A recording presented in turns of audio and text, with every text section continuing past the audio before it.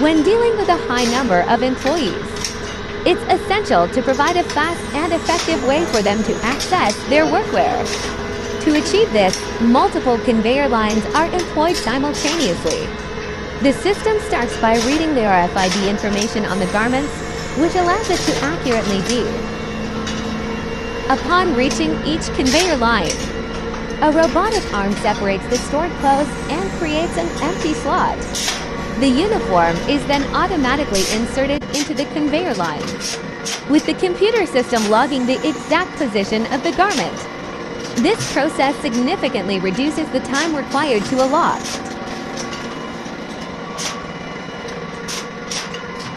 When an employee needs to retrieve their uniform, the system uses a robotic arm to quickly and effortlessly deliver the workwear to the employee.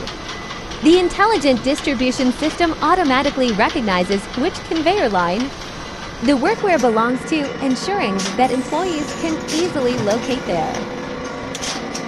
The automated clothing distribution system is a game changer for organizations with large workforces, providing a seamless and efficient solution to streamline uniform management and save valuable time for employees.